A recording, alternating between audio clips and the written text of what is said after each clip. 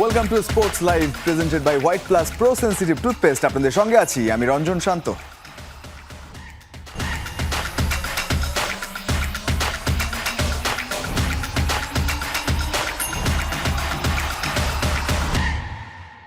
নারী টি-20 বিশ্বকাপের খবর। দারুণ জয় দিয়ে বিশ্বকাপ অভিযান শুরু করলো বাংলাদেশ নারী দল। জুয়াইরিয়া ফেরদৌসের 50 ও শারমিন আক্তার সুপ্তার ব্যাটিং নৈপুণ্যে নেদারল্যান্ডসকে 6 উইকেটে হারিয়েছে বাঘিনীরা। বার্মিংহামে আগে ব্যাটিংয়ে নেমে 20 ওভারে 8 উইকেটে 139 রান করে থামে নেদারল্যান্ডস। অধিনায়ক বাবেট ডি লিড একমাত্র ব্যাটার হিসেবে অর্ধশতক পূরণ করেন। অন্য কেউই বড় ইনিংস খেলতে পারেনি। বাংলাদেশের বোলারদের মধ্যে মারুফা আক্তার নেন 2 উইকেট। জবাবে প্রথম 7 ওভারে কোনো উইকেট না হারিয়ে 67 রান তোলেন দুই ওপেনার জুয়াইরিয়া ফেরদৌস জয়িতা ও দিলার আক্তার। 33 বলে 50 রান করে ঝড় তোলেন জুয়াইরিয়া। ঝড়ো শুরুর পর নিগার সুলতানা জ্যোতি, দিলার আক্তার ও সোভানা মুস্তারির উইকেট হারালে চাপে পড়ে দল। শারমিন আক্তার সুপ্তা ও স্বর্ণা আক্তারের অবিচ্ছিন্ন 56 রানের জুটিতে নিশ্চিত হয় জয়। শারমিন 32 বলে 37 এবং স্বর্ণা 17 বলে 18 রানে অপরাজিত থাকেন। এবারে ফুটবল বিশ্বকাপ। বাংলাদেশ সময় রাত 11টায় 4 বারের বিশ্ব চ্যাম্পিয়ন জার্মানির মুখোমুখি হবে প্রথমবার বিশ্বকাপ খেলতে আসা কুরাসাও। যুক্তরাষ্ট্রের হিউস্টন স্টেডিয়ামে অনুষ্ঠিত হবে ম্যাচটি। বাস্তবিক অর্থে এই ম্যাচে কুরাসাওয়ের জয় পাওয়া খুব কঠিন। এই বিশ্বকাপে অংশ নেওয়া দলগুলোর মধ্যে কুরাসাওয়ের র্যাঙ্কিং 3য় সর্বনিম্ন। উত্তর আমেরিকার এই দেশটি ধারে ভারে জার্মানির চেয়ে অনেকাংশেই পিছিয়ে। এই ম্যাচে 4-3-3 ফরমেশনে খেলতে পারে কুরাসাও। জার্মানিকে 4-2-3-1 ফরমেশনে খেলাতে পারেন নাগলসম্যান। তবে জার্মান কোচের চিন্তার জায়গা 40 বছর বয়সী গোলরক্ষক ম্যানুয়েল নয়ার। 2014 বিশ্বকাপ জয়ী এই তারকা গোলকিপার ভুগছেন পেশির চোটে।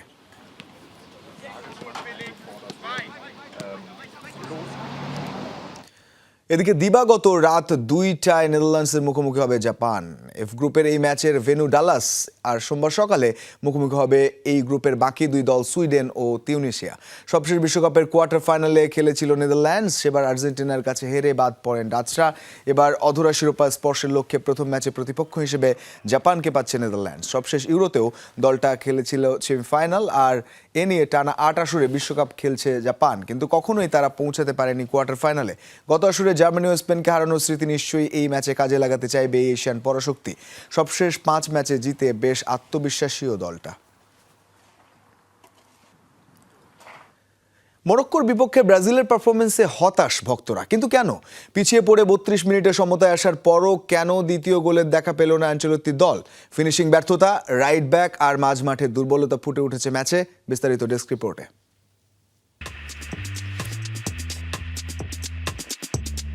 Rio de Janeiro, new York থেকে শুরু করে ঢাকা, ব্রাজিলের বিশ্বকাপ ওপেনার দেখতে ভোর 4টায় উঠে খেলা দেখতে বসে একরাশ হতাশা নিয়ে দিনটা শুরু করলো ব্রাজিল ভক্তরা। শুরুতেই গোল হজমের জ্বালাটা অবশ্য কিছুটা কমেছে 32 মিনিটে ভিনিসিয়াস জুনিয়রের দুর্দান্ত গোলে। কিন্তু এটাই পুরো ম্যাচে ব্রাজিল দলের একমাত্র সাফল্য আর একমাত্র উচ্ছ্বাস করার উপলক্ষ। এর পরের সময়টুকু কেবল আফসোস আর হতাশায় কেটেছে সেলেসাও ভক্তদের। এখন প্রশ্ন হচ্ছে, কেন মরক্কোর বিপক্ষে প্রত্যাশিত পারফর্ম করতে পারল না ব্রাজিল? চলুন জানি অন্যতম 3টি কারণ। প্রথমত, ফরমেশন।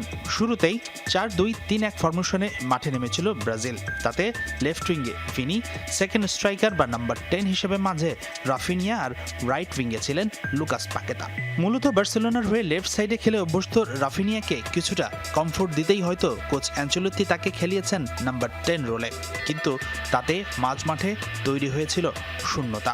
শুরুতেই সেই সুযোগকে কাজে লাগিয়ে ডমিনেট করেছে মরক্কো। পরবর্তীতে প্রথম গোল হজম করার পর রাফিনিয়াকে নেওয়া হয় রাইট সাইডে আর পাকেতা ফেরেন নাম্বার 10-এ। ফলে ভারসাম্য ফেরে অনেকটাই। দ্বিতীয়ত, রাইট ব্যাক। শেষ মুহূর্তে ওয়েসলির ইনজুরিতে ছিটকে যাওয়ায় তার জায়গায় সেন্টার ব্যাক ইবানেসকে খেলিয়েছে ব্রাজিল। কিন্তু মেকশিফট দায়িত্বে রাইট সাইডে জঘন্য পারফর্ম করেছেন ইভানেস। পরিস্থিতি বেগতিক দেখে দ্বিতীয়ার্ধের শেষে তাকে তুলে নেন ডন কার্লো। তৃতীয়ত, ফিনিশিং ব্যর্থতা। ব্রাজিল দলের ফিনিশারের অভাব বেশ কিছুদিন ধরেই। রোনালদো, নেইমারদের উত্তরসূরি এখনও খুঁজে পায়নি সেলেসাওরা। 13 মিনিটে ইগোর থিয়াগো, 67 ও 87 মিনিটে রাফিনিয়া দুটি গোলের সুযোগ নষ্ট করেন। বিশেষ করে ইগোর থিয়াগোর পারফরমেন্স ছিল খুবই দৃষ্টিকটু। এছাড়াও মাঝ মাঠে ব্রাজিলের দুর্বলতা ফুটে উঠেছে। কোনো ক্রিয়েটিভ প্লেমেকার নেই দলে। বল ধরে রেখে আক্রমণ তৈরি, লং পাস, থ্রু পাস, এমন গুরুত্বপূর্ণ বৈশিষ্ট্যগুলো মিসিং ছিল ব্রাজিলের। সেই সাথে খুব সহজেই বল পজিশন হারিয়েছে ব্রাজিল। তবে ব্রাজিলের এমন ব্যর্থতার বড় একটা কারণ কিন্তু মরক্কোর খুব ভালো পারফরমেন্স। মাঝমাঠ আর রক্ষণ সামলে ব্রাজিলকে কোনো জায়গায় দেয়নি মরক্কো। ব্রাজিলের প্রচুর আক্রমণ ট্রানজ্যাকশন পিরিয়ডেই রুখে দিয়েছে আফ্রিকার চ্যাম্পিয়নরা। হাসানুর রহমান, যমুনা স্পোর্টস। মরক্কোর বিপক্ষে ম্যাচ না খেললেও ভিন্ন এক রূপে দেখা গেছে নেইমার জুনিয়রকে। ড্রিঙ্কস ব্রেকের সময় কোচের ভূমিকা অবতীর্ণ হন এই ব্রাজিলিয়ান। সতীর্থদের কাছে গিয়ে দিতে থাকেন নানা টিপস। প্রতিপক্ষ দলের প্রতি নেইমারের ভালোবাসা ও সম্মানের প্রকাশ পেয়েছে যখন মরক্কোর গোলকিপার ইয়াসিন বোনোর জার্সি নিজেই চেয়ে নিলেন। সেই সাথে সাবেক সতীর্থ আশরাফ হাকিমির সঙ্গেও মেতে উঠেছিলেন আড্ডায়। তিনি মাঠে নামলে ক্যামেরা থাকে তার দিকে, মাঠের বাইরে থাকলেও লাইমলাইট থাকে তার উপরেই। বলছি গ্লোবাল সুপারস্টার নেইমার জুনিয়রের কথা। তবে এবার শুধু ফুটবলার নেইমার নন, মরক্কোর বিপক্ষে ম্যাচ না খেললেও দেখা মিলল এক অন্য নেইমারের। কখনো তিনি রণকৌশল সাজানো কোচ, আবার কখনো প্রতিপক্ষের সাথে বন্ধুত্বের অনন্য প্রতীক। ম্যাচের উত্তেজনা যখন তুঙ্গে, ঠিক তখনই রেফারি বাজালেন ড্রিঙ্কস ব্রেকের বাঁশি। সবাই তখন তৃষ্ণা মেটাতে ব্যস্ত। তখন ব্রাজিলের ডাগআউটে ভিন্ন দৃশ্য। কোচের ভূমিকায় অবতীর্ণ স্বয়ং নেইমার ডাগআউট থেকে ছুটে এসে সতীর্থদের ঘিরে ধরলেন। মাঠের খেলা নিয়ে একের পর এক টিপস, কাকে কোথায় পাস দিতে হবে, কিভাবে ভাঙতে হবে মরক্কোর ডিফেন্স, সব যেন একাই সামলালেন এই সেলেসাউট সেন্সেশন। ডাগআউটের আসল কোচ যেন তখন শুধুই দর্শক। 90 মিনিটের যুদ্ধ শেষ, কিন্তু হঠাৎই মরক্কোর গোল পোস্টের নিচে প্রাচীর হয়ে দাঁড়িয়ে থাকা গোলরক্ষক ইয়াসিন বোনোর দিকে এগিয়ে গেলেন নেইমার। জড়িয়ে ধরলেন আর করলেন কুশল বিনিময়। এক পর্যায়ে মরক্কোর এই তারকা গোলকিপারের জার্সিটি ছেয়ে নিলেন নেইমার নিজেই।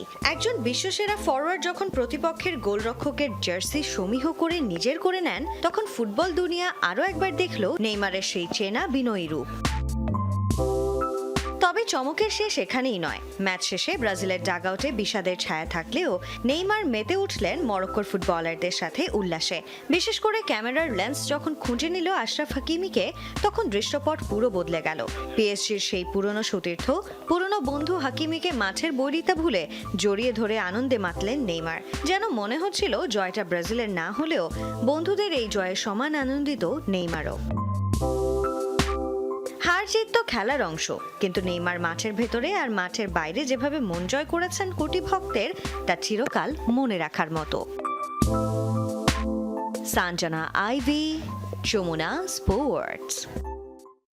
জাগো বনিতো, ব্রাজিলের সুন্দর ফুটবলকে ডাকা হয় এই নামেই। পেলের হাত ধরে শুরু হওয়া এই শৈল্পিক ফুটবলের রক্তটা নাকি এখন প্রায় শেষের পথে ব্রাজিল দলে।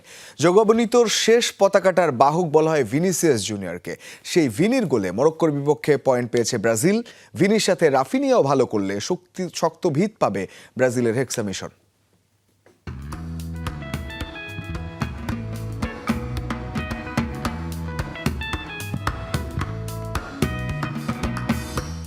তিন চারজন ফুটবলারকে একসাথে বোকা বানিয়ে দুর্দান্ত ড্রিবলিংয়ে পেলের গোল, কিংবা রোনালদিনহোর বল জাগলের অসাধারণ ক্ষমতা।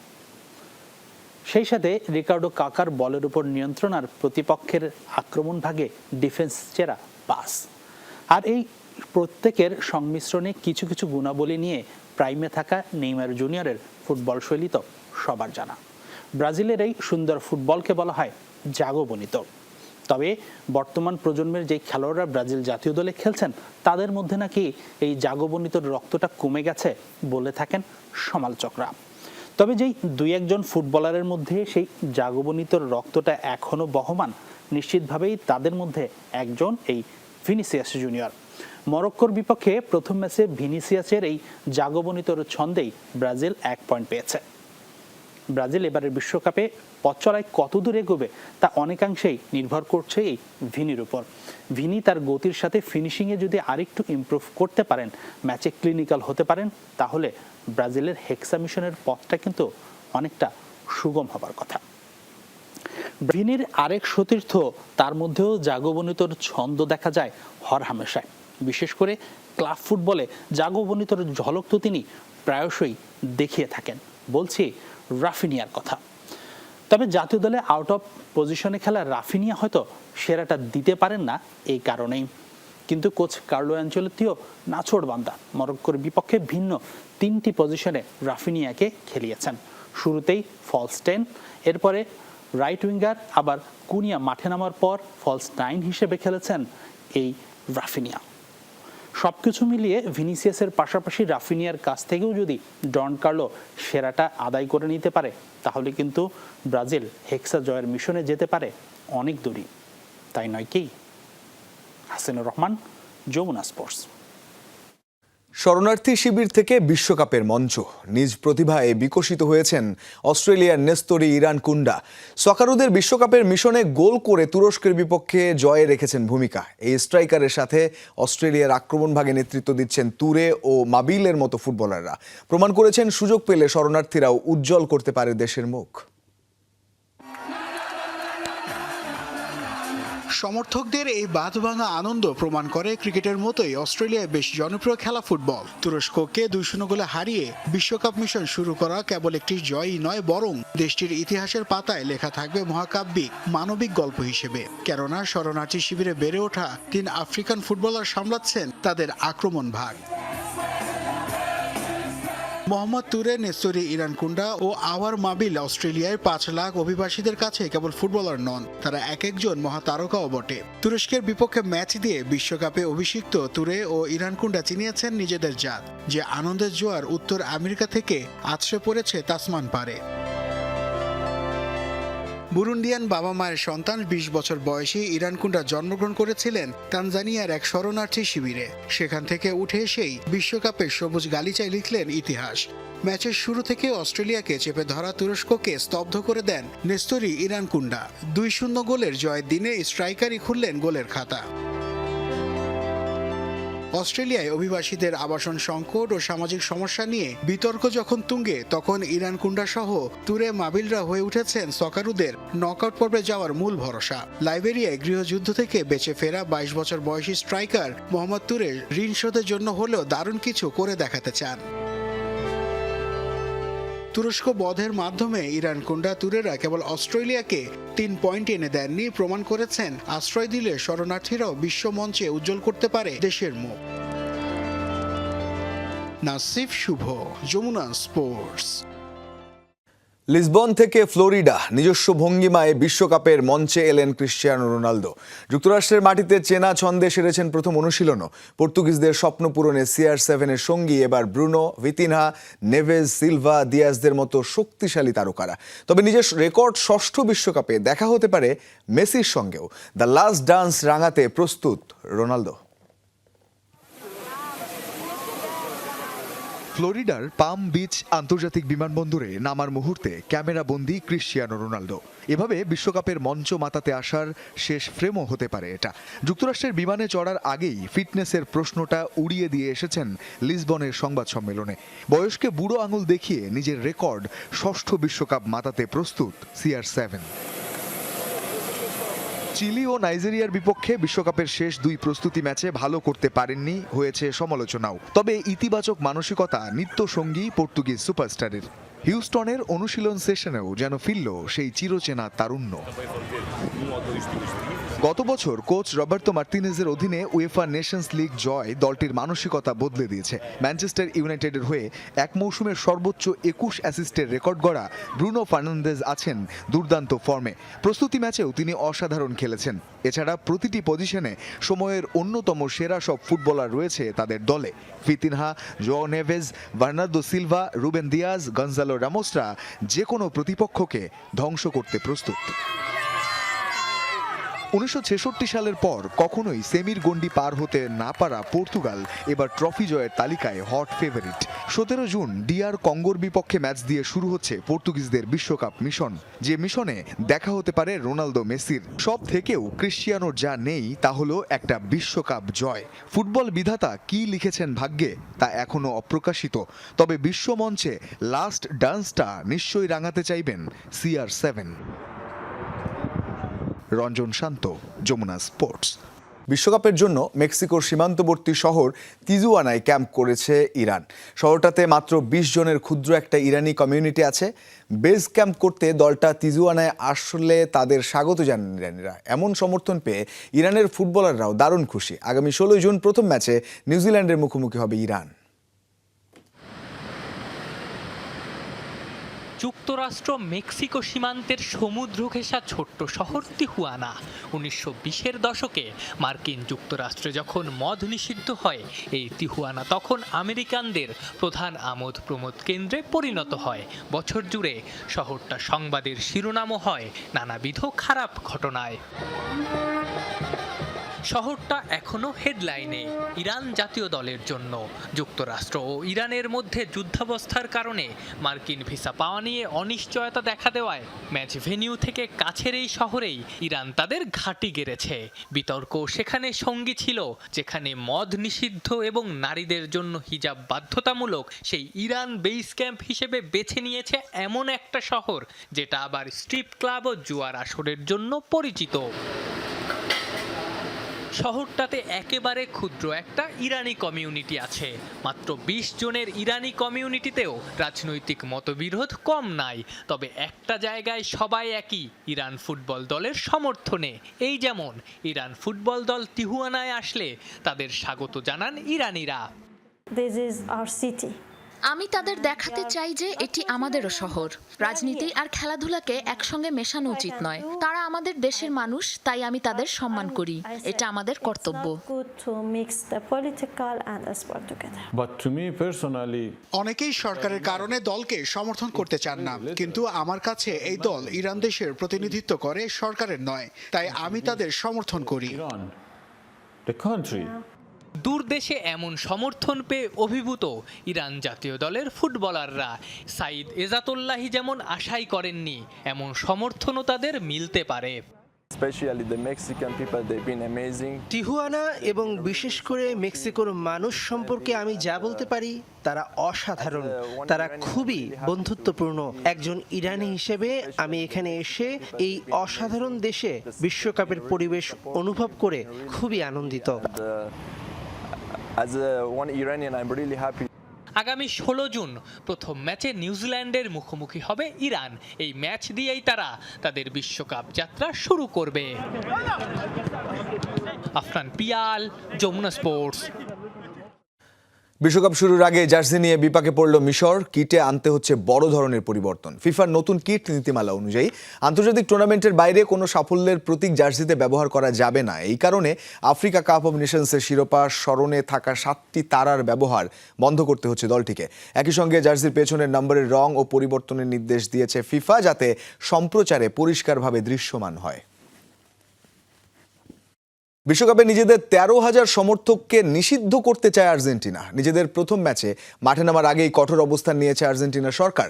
সন্তানদের ভরণ পোষণ না দেয়া এবং সহিংস কর্মকাণ্ডে জড়িত থাকায় প্রায় ১৩,০০০ সমর্থকদের তালিকা যুক্তরাষ্ট্র সরকারের কাছে প্রেরণ করেছে তারা।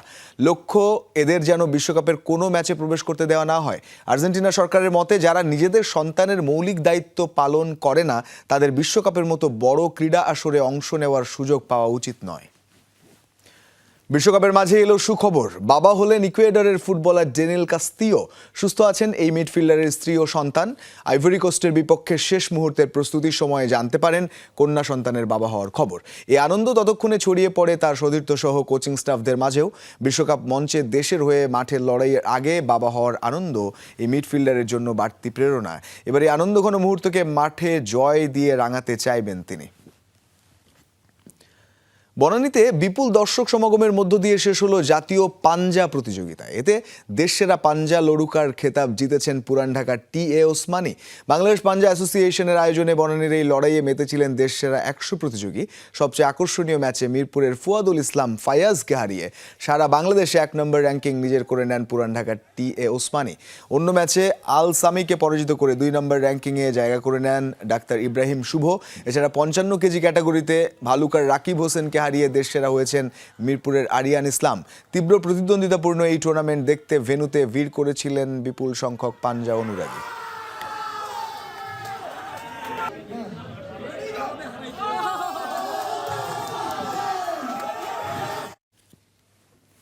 এই ছিল আজকের স্পোর্টস লাইভে। এতক্ষণ সঙ্গে থাকার জন্য ধন্যবাদ সবাইকে।